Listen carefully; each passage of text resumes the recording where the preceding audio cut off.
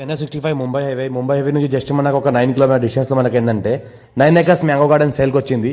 33 lakhs per acre చెప్తున్నారు. ఇది మన 33 feet మ్యాప్ అక్షర దారి. ఈ దారికి మనకి ఏంటంటే మ్యాంగో గార్డెన్ ఫస్ట్ బిట్ ఉంటుంది, బ్లాక్ టాప్ రోడ్కి సెకండ్ బిట్ ఉంటుంది. ఇంకోటి ఏంటంటే సంవత్సరాల మొత్తం ల్యాండ్ మనకు కార్ వస్తుంది. టైటిల్ మొత్తం క్లియర్గా ఉంది. Score b direct farmer. ఇది కర్ణాటక స్టేట్ ప్రాపర్టీ.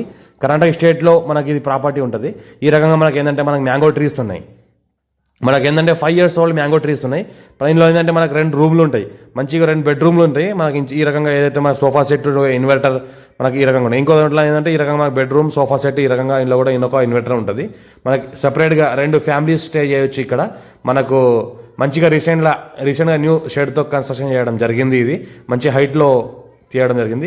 ఈ రకంగా మనకి ఏంటంటే మ్యాంగో ట్రీస్ ఉంటుంది. మనకు ఇందులో ఏంటంటే మనకు 5 acres మ్యాంగో ట్రీ ఉంటుంది, మనకు 3 acres యాపిల్ ఉంటుంది, మళ్ళీ ఏంటంటే ఒక 2 acres మనకి ఏంటంటే మనకు ఇంకో మ్యాంగో ట్రీనే ఉంటుంది. మొత్తం ఏంటంటే 9 acres ల్యాండ్. ఇది 9 acres 31 గుంట ల్యాండ్ ఉంటుంది. మనకు 33 lakhs per acre చెప్తాను. లైట్గా నెగోషియబుల్ అయ్యే అవకాశం ఉంది.